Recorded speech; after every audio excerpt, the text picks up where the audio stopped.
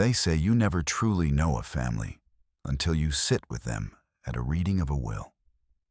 On that rainy Tuesday, inside the velvet-lined walls of the Whitmore estate, the air was thick with greed. When the lawyer finally spoke, the verdict seemed cruel. Gavin, the golden boy, walked away with the mansion and the millions. And Lucas? The struggling father who just needed a break? He was left with nothing but a rotting shed sinking into the marsh at the edge of the property. The family chuckled. They whispered behind their hands, calling it a final insult from a senile old man, a burden for a nephew who had never amounted to much. They looked at the rust, and they saw trash. But they weren't looking close enough. They didn't understand that the old man hadn't left Lucas a punishment. He had left him a test, because buried beneath the decay, hidden under floorboards that hadn't seen the light of day since the Second World War, something was waiting. Something silent, something powerful. And by the time the dust settled, the people who laughed the loudest would realize they had walked away from the only thing that really mattered. The rain over Kentucky didn't just fall. It hammered the earth with the kind of relentless, cold persistence that made your bones ache. Inside the Whitmore estate, the air was dry and smelled of lemon polish and old money. Lucas stood near the back of the library, trying to make himself smaller. He looked down at his boots. He had scrubbed them that morning with a stiff brush, but the stain of red clay was stubborn, etched into the leather like a tattoo of his failures. Beside him, his 6-year-old daughter, Lily, shivered in a coat that was 2 sizes too small. She gripped his hand with feverish strength, her small thumb tracing the calluses on his palm. She didn't look at the crystal chandelier or the mahogany bookshelves that stretched to the ceiling. She just looked at her father, waiting for him to tell her it was okay to breathe. Across the room, Gavin checked his watch. It was a gold Rolex, heavy and ostentatious, sliding out from the cuff of a suit that cost more than Lucas made in a year. Gavin was Lucas's cousin, but they looked like they belonged to different species. Gavin was polished, sharp, and restless, tapping his Italian loafer against the Persian rug. He looked at Lucas in the way one looks at a muddy dog that had wandered into a wedding reception, with a mix of pity and annoyance. "Can we get this moving, Mr. Henderson?" Gavin said, his voice smooth but cutting. "I have a flight to New York at 5. Mr. Henderson, the family attorney, cleared his throat. He was a man who seemed to be shrinking inside his own skin, his hands trembling slightly as he adjusted the reading glasses on his nose. He avoided looking at Lucas. That was the first bad sign. "We are all here," the lawyer said softly. He broke the wax seal on the envelope. The sound was like a dry bone snapping in the quiet room. The reading began with the usual legal formalities, a list of assets that made Lucas's stomach turn. Stocks, bonds, the summer house in Charleston, the vintage collection of wines. As the list went on, Gavin's posture relaxed. He leaned back in the leather armchair, a faint, satisfied smile playing on his lips. He knew what was coming. Everyone did. "To my grandson, Gavin Whitmore," Henderson read, his voice gaining a little strength. "I leave the main estate, the surrounding 500 acres of prime grazing land, and the entirety of the family investment portfolio." Gavin didn't cheer. He just nodded, as if confirming the weather report. He glanced at Lucas, a look of mock sympathy flashing in his eyes. "Tough break, Luke," he mouthed silently. Lucas didn't react. He hadn't expected the money. He hadn't expected the house. He just hoped for something small, enough to pay off the medical bills piling up on his kitchen counter, enough to get Lily the treatment the insurance company kept denying. And finally, Henderson said, his voice dropping to a whisper, "To my grandson, Lucas, I leave the parcel of land on the eastern edge of the property, locally known as Dead Man's Marsh, along with the storage structure situated thereon, and all contents within." The room went silent. The silence wasn't respectful. It was heavy, filled with the sudden pressure of embarrassment. Gavin let out a short, sharp laugh. He couldn't help it. He covered his mouth quickly, but the damage was done. "The swamp shed?" Gavin asked, looking at the lawyer. "You're serious? Grandpa left him the junk pile?" "Those are the terms," Henderson said, finally looking at Lucas with apologetic eyes. Lucas felt the heat rise up his neck. He knew that shed. It was a rotting wooden structure sinking into the mud at the edge of the property. Filled with decades of rusted farm equipment and trash, the family had been too lazy to haul to the dump. It was a place where things went to die. Gavin stood up, buttoning his jacket. He walked over to Lucas, invading his personal space with the scent of expensive cologne. He placed a hand on Lucas's shoulder, a gesture that looked brotherly but felt like a dismissal. "Look, Luke," Gavin said, his voice loud enough for the staff in the hallway to hear. "Don't worry about the taxes on that swamp. I'll do you a favor. I'll hire you to clear it out. $10 an hour to haul that junk away. Once it's clean, I'll buy the land back from you for, let's say, $5,000. That should cover your rent for a few months." He smiled. It was the smile of a man who believed he was being generous. Lucas felt Lily's hand tighten. He looked down at her. Her face was pale, her eyes wide and confused. She didn't understand the insults, but she understood the tone. She knew her father was being made small. A fire ignited in Lucas's chest. It was a familiar heat, the anger of a man who had worked hard every day of his life, only to be told he was worth nothing. He wanted to knock Gavin's hand off his shoulder. He wanted to tell him to go to hell. But then he heard the wheeze in Lily's chest, the faint rattle of her breathing. He remembered the notice from the bank. He remembered the empty refrigerator. Pride was a luxury he couldn't afford. Lucas slowly removed Gavin's hand from his shoulder. He didn't shove it. He just lifted it off like it was a piece of lint. "I'll take the keys, Mr. Henderson," Lucas said. His voice was rough, like gravel tumbling in a mixer, but it was steady. Gavin chuckled, shaking his head as he turned to leave.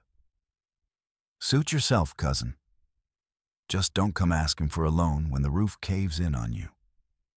Grandpa knew you liked garbage. Guess he wanted you to feel at home." Gavin walked out, his footsteps echoing like gunshots on the hardwood floor. The heavy oak doors slammed shut, leaving a ringing silence in his wake. Lucas took the heavy, rusted iron key from the lawyer. It was cold in his hand. "Daddy?" Lily whispered, tugging his sleeve. "Is it a house? Did Grandpa give us a house?" Lucas knelt down, ignoring the ache in his knees. He brushed a stray lock of hair from her forehead, his heart breaking into 1,000 jagged pieces. He couldn't tell her it was a shed. He couldn't tell her it was a joke. "Yeah, baby," Lucas lied, forcing a smile that didn't reach his eyes. "It's a special place, just for us. It's got magic inside." He stood up, hoisted her into his arms, and walked out into the rain. The water soaked through his thin jacket instantly, but he didn't run. He walked with a heavy, deliberate pace toward his truck, clutching the rusted key as if it were the only anchor keeping him from drifting away entirely. The road to Dead Man's Marsh wasn't really a road. It was a scar in the earth. Two deep ruts filled with brown water that wound away from the pavement and disappeared into the tree line. Lucas's old pickup truck groaned as it fought the mud, the tires spinning and slipping before finding traction on the buried gravel below. Lily was asleep against the passenger door, her breath fogging the glass. Lucas glanced at her, then back at the windshield. The wipers were fighting a losing battle against the downpour, smearing the world into gray blurs. He gripped the steering wheel so hard his knuckles turned white, trying to keep the truck from sliding into the drainage ditch. Every bump sent a jolt of anxiety through him. Not for the truck, but for the fragile silence inside the cab. When the shed finally emerged from the mist, Lucas felt his stomach drop. It was worse than he remembered, much worse. The structure sat on a slight rise of land surrounded by encroaching swamp water. It was a barn-like building, clad in timber that had turned black with rot and time. The roof sagged dangerously in the middle, like a spine broken under too much weight. Thick vines of poison ivy choked the windows, and the front, sliding door hung off its track, leaving a dark, gaping mouth that seemed to breathe out the smell of decay. Lucas killed the engine. The silence that followed was heavy, filled only by the relentless drumming of rain on the metal roof of the truck. Is this it? Lucas jumped slightly. Lily was awake. She was rubbing her eyes, peering out into the gloom. Her voice wasn't disappointed. It was small, fearful, and laced with a confusion that cut deeper than any complaint. Yeah, Bug, Lucas said, forcing a lightness into his voice that felt like a lie. This is it. It needs a little work, but it's got character. Stay here a second. He stepped out into the mud. The cold air bit through his wet clothes immediately. He walked to the massive sliding door and heaved. It resisted, rusted iron grinding against rusted iron, screeching a protest that echoed across the empty marsh. With a grunt of exertion, he forced it open just enough to squeeze through. The interior was a cavern of shadows. The air inside was older than the air outside, stale, heavy with the scent of mildew, old grease, and damp earth. Rainwater dripped steadily from a dozen leaks in the roof, creating small, dark puddles on the concrete floor. In the dim light filtering through the cracks, Lucas saw mounds of debris, piles of waterlogged newspapers, rusted farm tools, broken furniture, and boxes that had long since collapsed under the weight of moisture. It wasn't a home. It wasn't even a shelter. It was a tomb for forgotten things. Lucas went back to the truck and carried Lily inside, wrapping her in his flannel overshirt. He set her down on a relatively dry workbench near the door, brushing away a layer of grit. "Don't touch anything yet, okay?" he said. Lily looked around, her eyes adjusting to the gloom. She hugged her knees to her chest, shivering. A drop of water fell from the rafters and splashed onto her cheek. She didn't wipe it away. She just stared at a pile of twisted metal in the corner. "Daddy," she whispered. "Yeah, honey?" Lucas was already moving, frantically trying to clear a space on the floor, kicking aside rotting cardboard and debris to find a dry spot for their sleeping bags. "Did Grandpa hate us?" Lucas froze. He stood there, holding a moldy tarp in his hands. The question hung in the damp air, suspended between them. He turned slowly to look at her. Lily looked back, her expression open and terrifyingly innocent. She wasn't angry. She was just trying to understand the logic of their world. In her mind, you gave good things to people you loved, and broken things to people you didn't. Lucas dropped the tarp. He walked over and knelt in front of her, taking her small, cold hands in his. "No," Lucas choked out. The word felt like a stone in his throat. "No, baby," He didn't hate us. He had a lot on his mind. People make mistakes. It's cold, she said simply. I know. I'm going to fix it. I promise. Lucas stood up and turned away so she wouldn't see his face. Panic was rising in his chest, a cold tide matching the water outside. He had $40 in his pocket. No electricity, no running water, a sick child, and a pile of rotting wood that his family called an inheritance. He looked at a stack of old wooden crates in the center of the room. They were dry enough. Desperation clawed at him. The thought seduced him. Burn it. Not just the crates, all of it. He could strike a match. The wood was old. It would go up fast. He could burn this insult to the ground, warm his daughter for one night with the flames of this garbage, and then leave. Just walk away. Let the ashes settle into the swamp where they belonged. His hand went to his pocket, fingers brushing the cold metal of his lighter. He stared at the crates, his breathing shallow.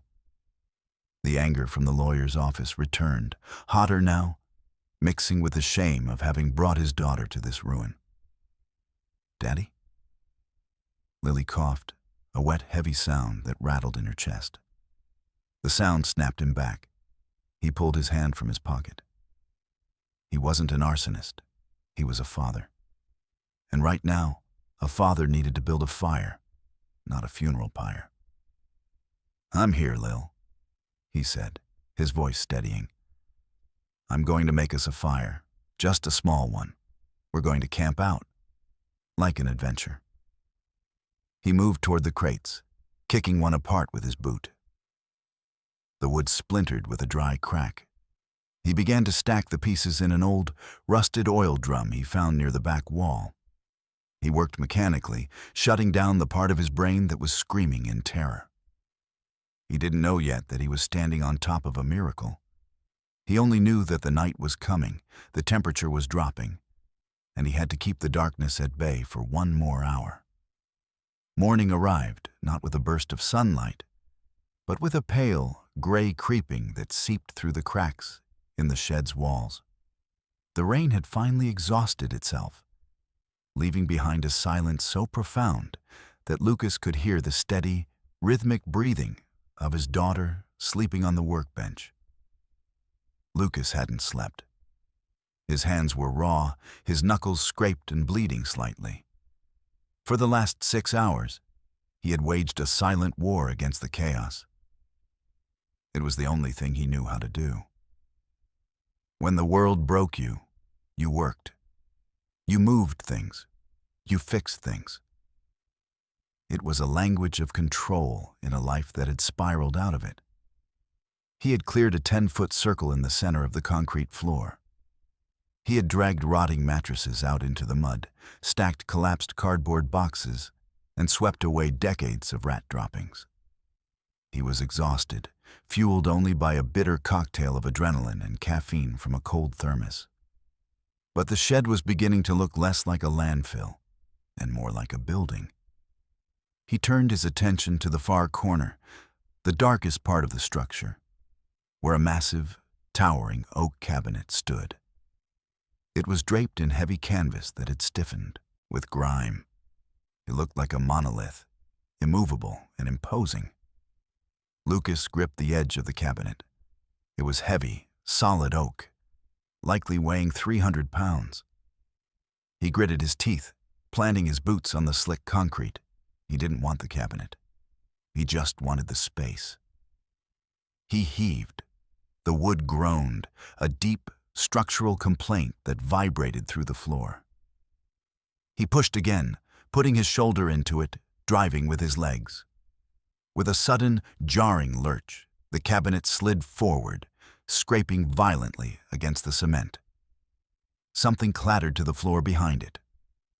Lucas stopped, his chest heaving. He wiped sweat from his eyes with his forearm and peered into the space he had just revealed. There was a cavity in the wall behind the cabinet, a false panel that had rotted away at the edges. Lying on the floor, amidst the dust and wood lice, was a metal strongbox.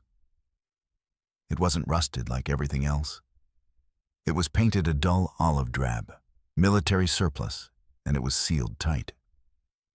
He picked it up. It was heavy, dense with secrets. Lucas carried it to the circle of light near where Lily slept. He sat on an overturned crate, turning the box over in his hands. The lock was simple.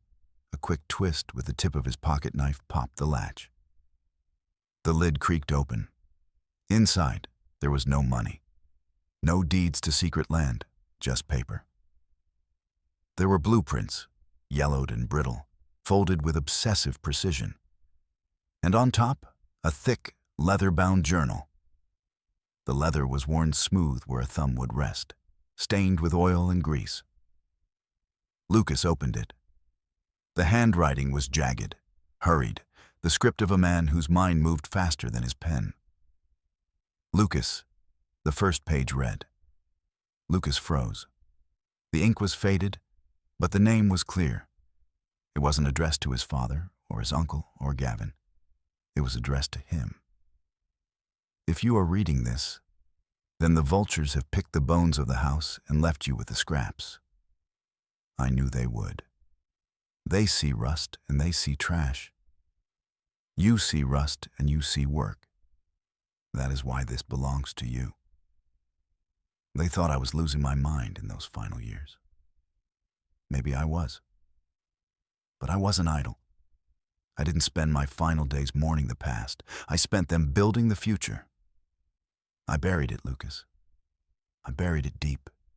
Because if they found it, they would sell it for parts or let it rot in a museum. It needs hands. It needs blood. Look down. Lucas stared at the page, his heart hammering against his ribs. Look down. He stood up, the journal clutched in his hand. He walked back to the corner where the cabinet had stood. The floor looked solid, just stained, cracked concrete. But as he looked closer, tracing the hairline fractures with his boot, he saw it. A rectangular outline, barely visible under years of grime. He fell to his knees, frantically brushing away the dirt. There was a recessed handle, flush with the floor, packed tight with hardened mud.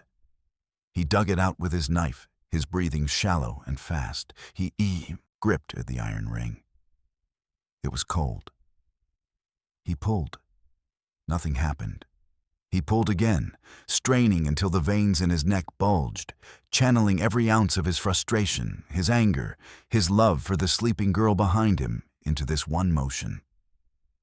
With a sound like a gunshot, the seal broke. The heavy concrete trapdoor rose on hidden pneumatic hinges, technology that shouldn't have been in a rotting shed, hissing softly as it opened. A scent wafted up. It wasn't the smell of rot. It was the smell of oil, high-octane gasoline, and cold steel. The smell of a workshop. Lucas clicked on his flashlight and descended the narrow metal stairs into the dark. The basement was small, dry, and lined with shelves of meticulously organized tools. But Lucas didn't look at the tools. He looked at the shape in the center of the room, covered by a heavy, oil-stained tarp. He approached it slowly, as if it were a sleeping beast. The silhouette was low, sleek, and aggressive. He reached out, his hand trembling, and gripped the corner of the tarp. He pulled it back. The flashlight beam danced over curves of hand-beaten aluminum. It wasn't just a machine. It was a sculpture of speed. It was a motorcycle, but unlike any Lucas had ever seen. The engine block was massive, an experimental V-twin configuration that looked like it belonged in a fighter plane, not a bike. The frame was raw steel, unpainted, showing the heat marks of the welding torch, his grandfather's welding torch. On the tank, etched into the metal by hand, was a single word: Icarus. It was unfinished. There were wires hanging loose, cables unattached. It was a prototype, a ghost machine from 1948 that history claimed had never existed. Lucas ran his hand along the cold metal of the fender. He could feel the hours in it. He could feel the obsession. He could feel the love. This wasn't a discard. This was the masterpiece his grandfather had hidden from the world, saving it for the only person who would know how to wake it up. "Daddy?" Lucas looked up. Lily was standing at the top of the stairs, rubbing her eyes, her silhouette framed by the gray morning light. "What is that?" she asked, her voice echoing in the small chamber. Lucas looked back at the machine. For the first time in months, the crushing weight on his chest lightened. He wasn't a janitor in his cousin's life anymore.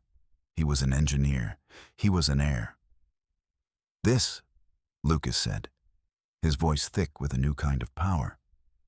"This is our way out." News in a small town travels faster than the wind, and it carries more weight.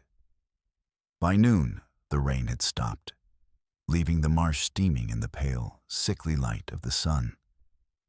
The mud around the shed was churning, but the air inside had shifted. It no longer smelled of abandonment. It smelled of purpose. Lucas had found a name in the back of the leather journal, scrawled under a phone number that hadn't changed in 40 years. Arthur Roberts. When Arthur arrived, his sedan looked as tired as he did. He was a man composed of tweed and tremors, clutching a magnifying glass like a religious artifact. He didn't look at the leaking roof or the makeshift beds. He looked only at the machine Lucas had covered back up with a tarp. Lucas pulled the canvas away. Arthur didn't speak. He didn't gasp. He simply stopped breathing for a moment, his chest freezing mid-inhale. He walked around the motorcycle, his hands hovering inches from the metal, terrified that touching it might cause it to dissolve into mist. "He told me he destroyed it," Arthur whispered, his voice cracking with the dust of memory.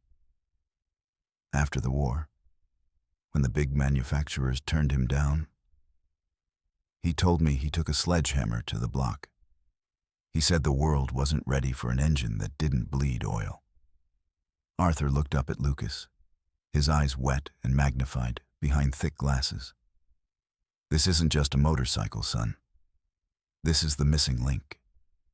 This is the ghost of American engineering. If the collectors find out this exists, they won't just offer you money. They'll offer you a new life." The validation hit Lucas harder than the inheritance itself. It wasn't just junk. He wasn't crazy. But as Arthur packed his bag, promising silence and preparing to leave, the low, aggressive hum of a modern engine cut through the quiet. A black SUV tore down the muddy track, its polished rims splashing through the brown puddles with arrogant disregard. It slid to a halt next to Lucas's battered truck, blocking the exit. Gavin stepped out. He was dressed for a boardroom, not a swamp. But he moved with the predatory confidence of a man who owned everything his shadow touched. He scanned the scene, the old man's car, the open shed door, the sudden activity in a place that was supposed to remain dead. Lucas stepped out to meet him, wiping grease from his hands onto a rag. He stood in the doorway, blocking the view inside. "You're making a mess of my view, Lucas," Gavin called out, slamming his car door.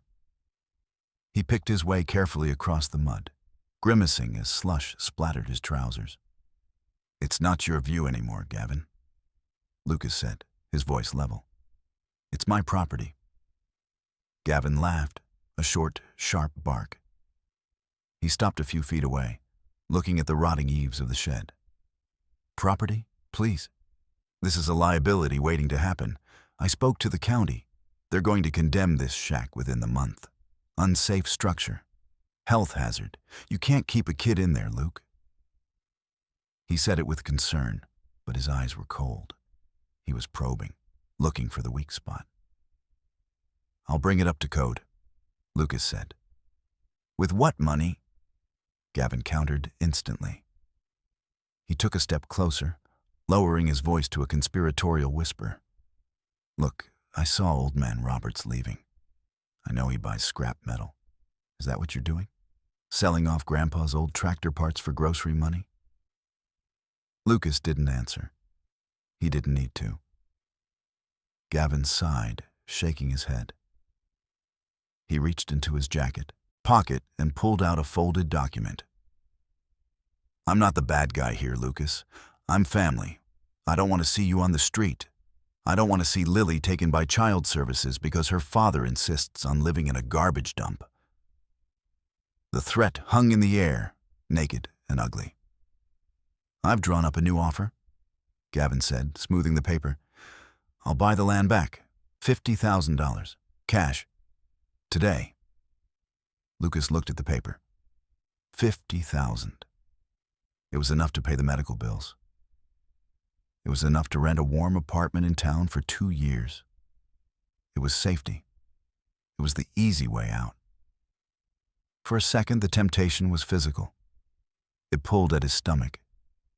He could take the check, walk away, and forget the damp, the cold, and the struggle. Then, from the darkness of the shed behind him, he heard a sound. It was the soft clink of a wrench hitting the floor. Lily was playing mechanic. She was sitting next to the Icarus, guarding it. Lucas looked back at Gavin. He saw the impatience in his cousin's jaw, the way he looked at the land not as soil, but as a portfolio asset. Gavin didn't know about the machine. He just wanted to erase the blemish on his estate. He wanted to buy Lucas's dignity for the price of a mid-range sedan. Lucas remembered the journal. They see rust and they see trash. Double it, Lucas said softly. Gavin blinked, taken back. Excuse me? Double it, Lucas repeated. Triple it. Put $1 million on that paper. Gavin's face hardened. Don't be stupid, Lucas. You're holding a losing hand. No, Lucas said. And for the first time in years, he stood to his full height. He felt the phantom vibration of the engine beneath the floorboards, a power that Gavin couldn't buy because he didn't understand how to build it. I'm not selling. Not for $50,000. Not for $5 million. Now get off my land before I call the sheriff for trespassing. Gavin stared at him, his mouth slightly open. The silence stretched, tense and brittle. He had expected begging. He had expected gratitude. He hadn't expected a wall. You're making a mistake, Gavin hissed, backing away.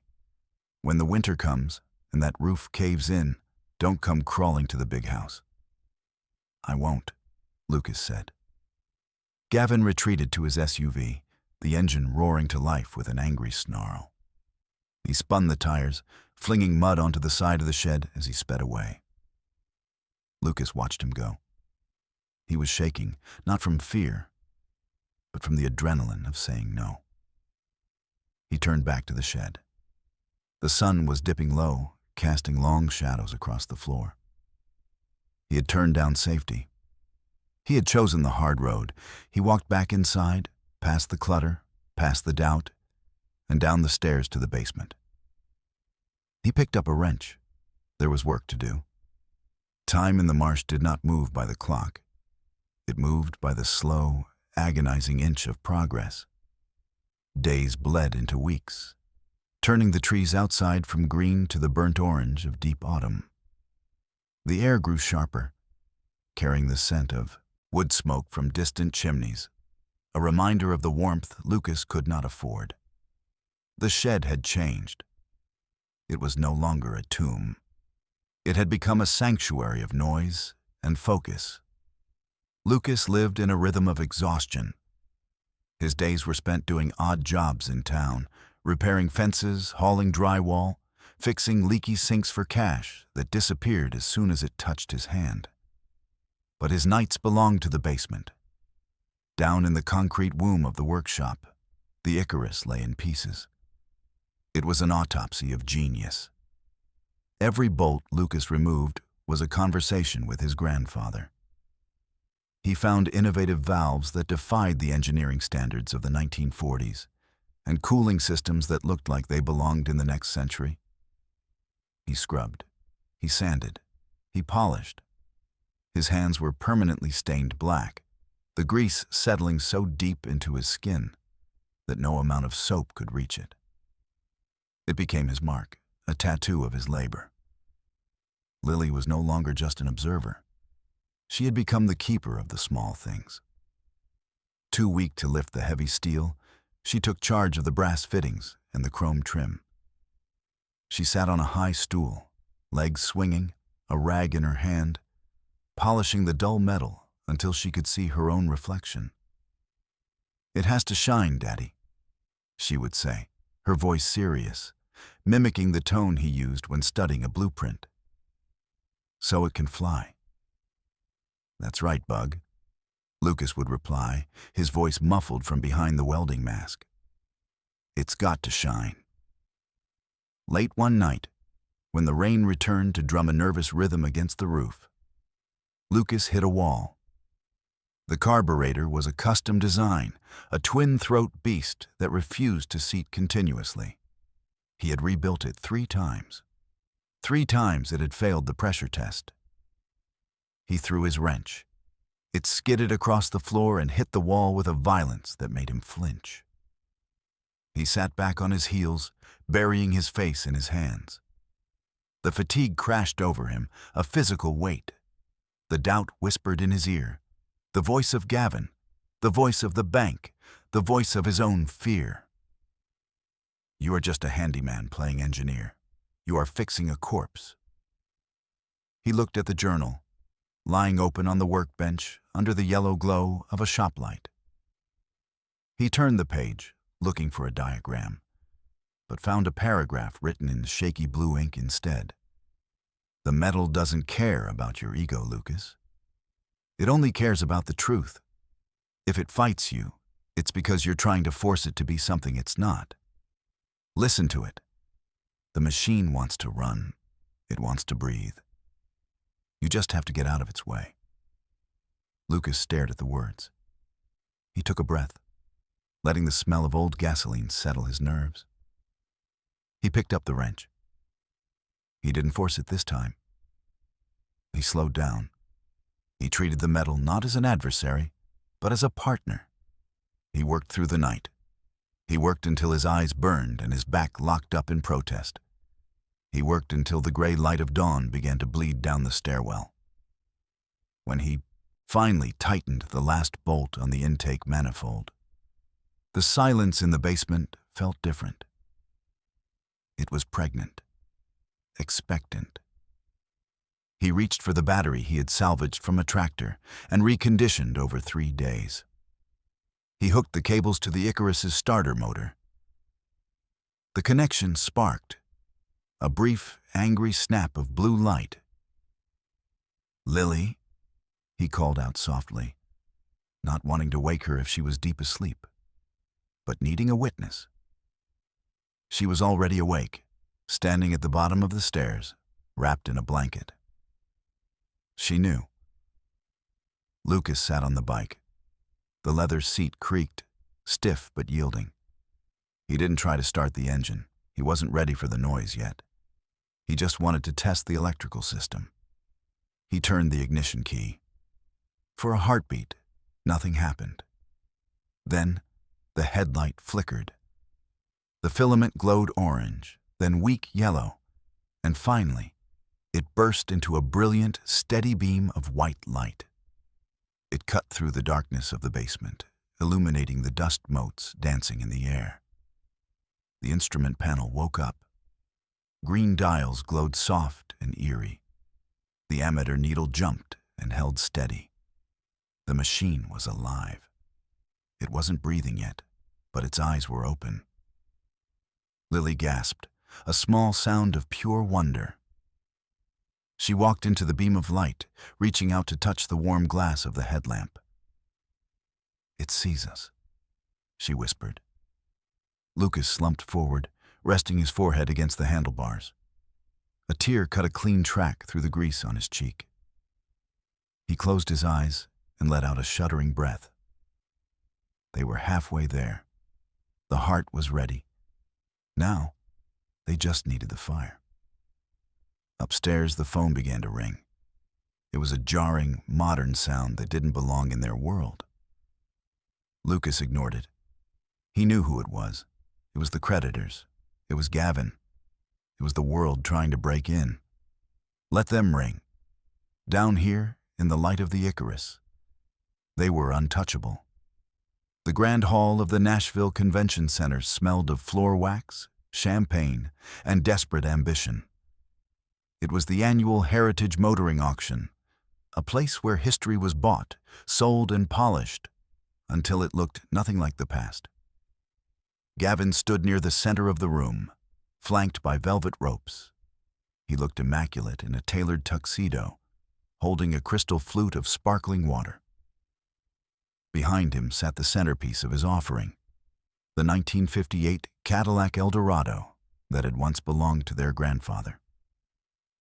It was beautiful, certainly. The paint was a flawless, mirror-finish white, the chrome gleaming under the halogen spotlights. But it was cold. It was a trophy, not a machine. It's a pristine example of the era, Gavin was saying to a small circle of investors, his voice practiced and smooth. Kept in a climate-controlled garage for 40 years. My grandfather barely drove it. He preferred simpler things. The investors nodded, checking the catalog. They were discussing numbers that could buy small islands. Gavin smiled, checking his reflection in the car's fender. He had won. He had liquidated the estate, turned the land into condos, and now he was selling off the last of the old man's hoard. Then, the heavy loading bay doors at the far end of the hall rumbled open. A draft of cold, wet wind swept through the room, fluttering the tablecloths and making the chandeliers shiver.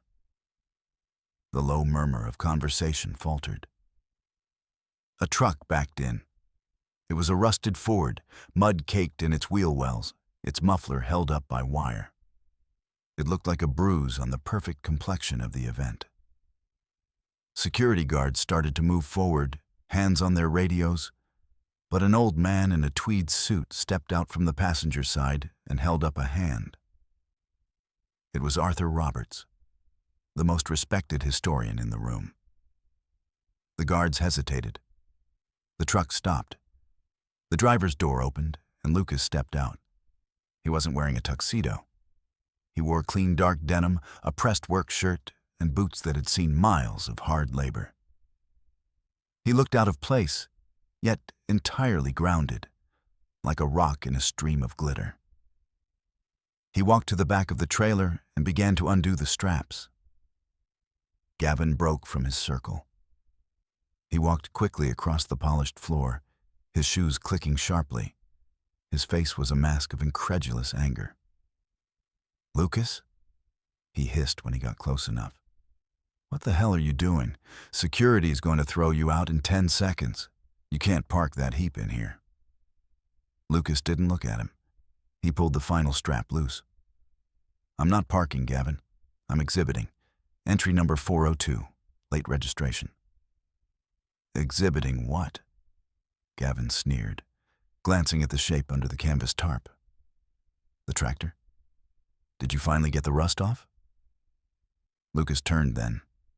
He looked at his cousin, not with anger, but with a strange, calm pity. "No, I brought the legacy you missed."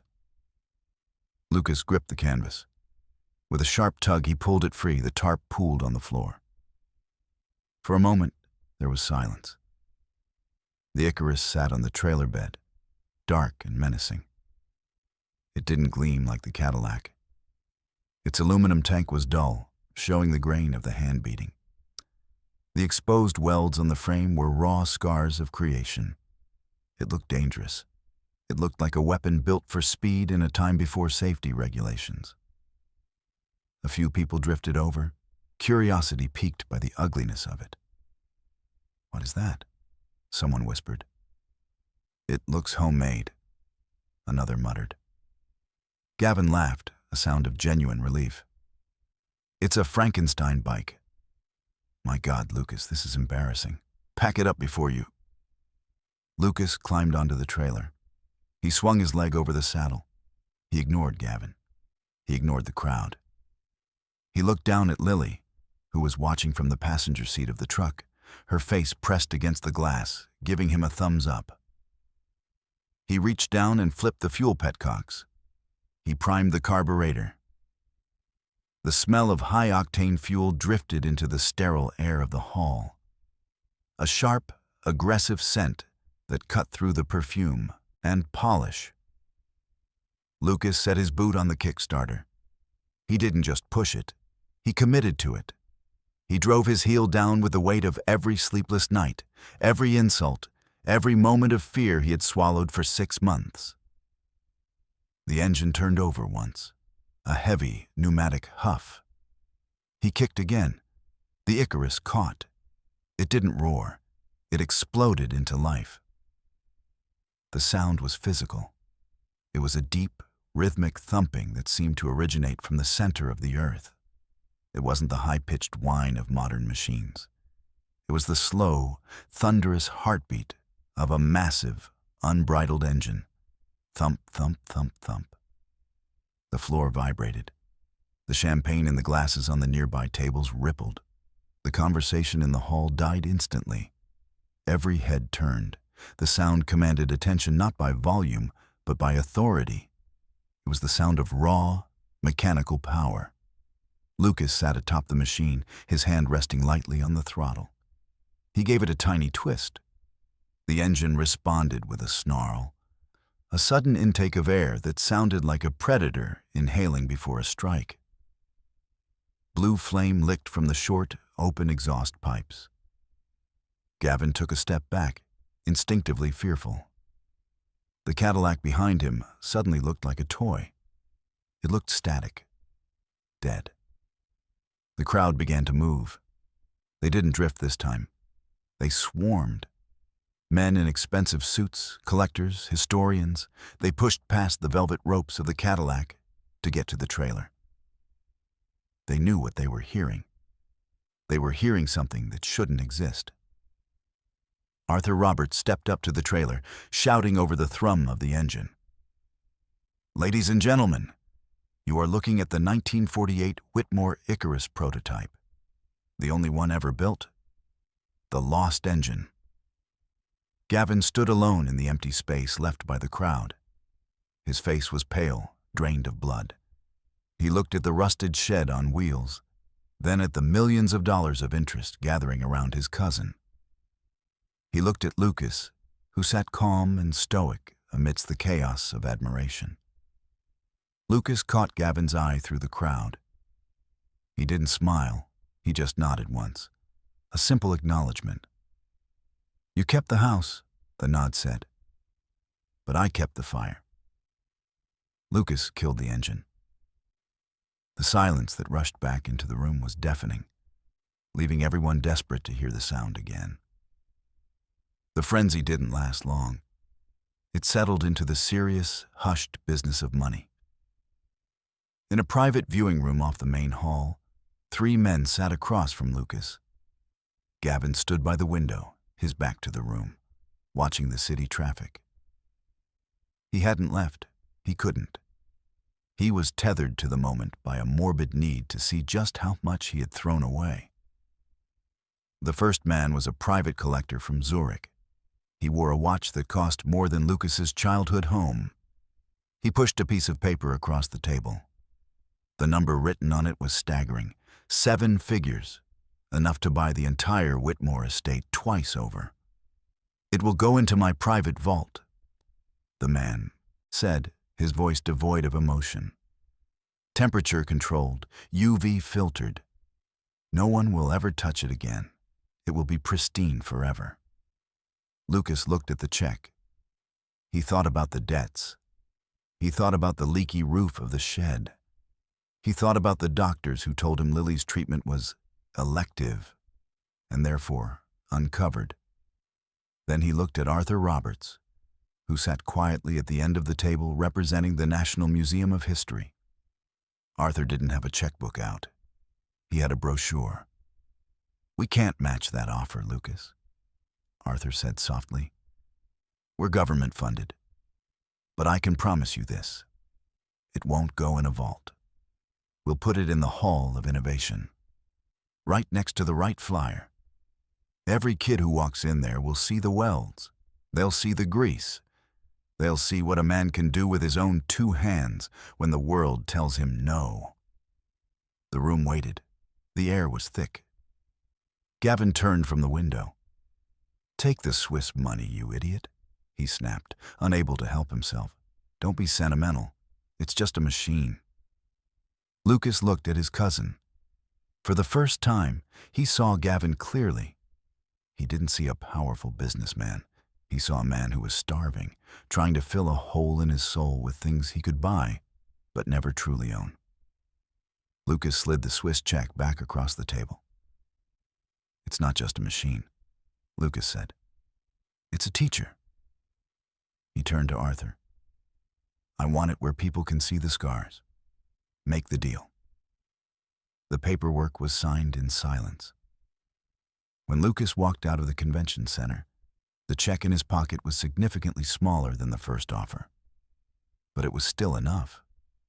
It was enough for the surgery, enough for college, enough to fix the roof. He didn't look back at the convention center. He didn't look for Gavin. He just helped Lily into the truck, the girl clutching a small die-cast model of a motorcycle Arthur had given her. 6 months later, the marsh was blooming. Spring had come to Kentucky, turning the brown mud into a carpet of vibrant green. The shed was still there, but it had changed. The rot was gone, replaced by fresh cedar siding that smelled of the forest. The roof was tight and copper-lined. It didn't look like a mansion. It looked like a home. Lucas sat on the newly built porch, rocking slowly in a chair he had crafted himself. The evening air was filled with the sound of peepers and the distant hum of traffic on the highway, a world away. Inside, the lights were warm. He could hear Lily laughing. She wasn't coughing anymore. Her breath came easy, clear and strong, the sound of a childhood reclaimed. He held the leather journal in his lap. It was the only thing he had kept from the sale. He opened it to the very last entry, a page he hadn't shown anyone, not even Arthur. The ink was shaky, written perhaps days before the old man died. Gavin will inherit the house because he needs walls to feel safe. He needs the address to know who he is. You, Lucas, you, get the shed.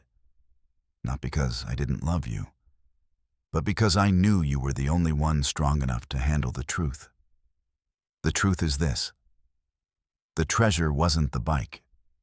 The treasure was the work. It was the hours in the dark. It was the refusal to quit. I left you the rust because I knew you had the power to turn it into gold. Now, go build your own life. Lucas closed the book. He ran his thumb over the worn cover. He looked out at the marsh. It wasn't a wasteland. It was a blank canvas. He stood up, stretching his back, and walked toward the small workshop he had built next to the house. There was an old, beaten-up truck engine on the stand inside. Something he'd found in a junkyard last week. People said it was dead. Lucas thought it just needed someone to listen to it. He turned off the porch light, leaving the property bathed in the soft, silver glow of the moon. The silence of the marsh wasn't empty anymore. It was full. It was peaceful.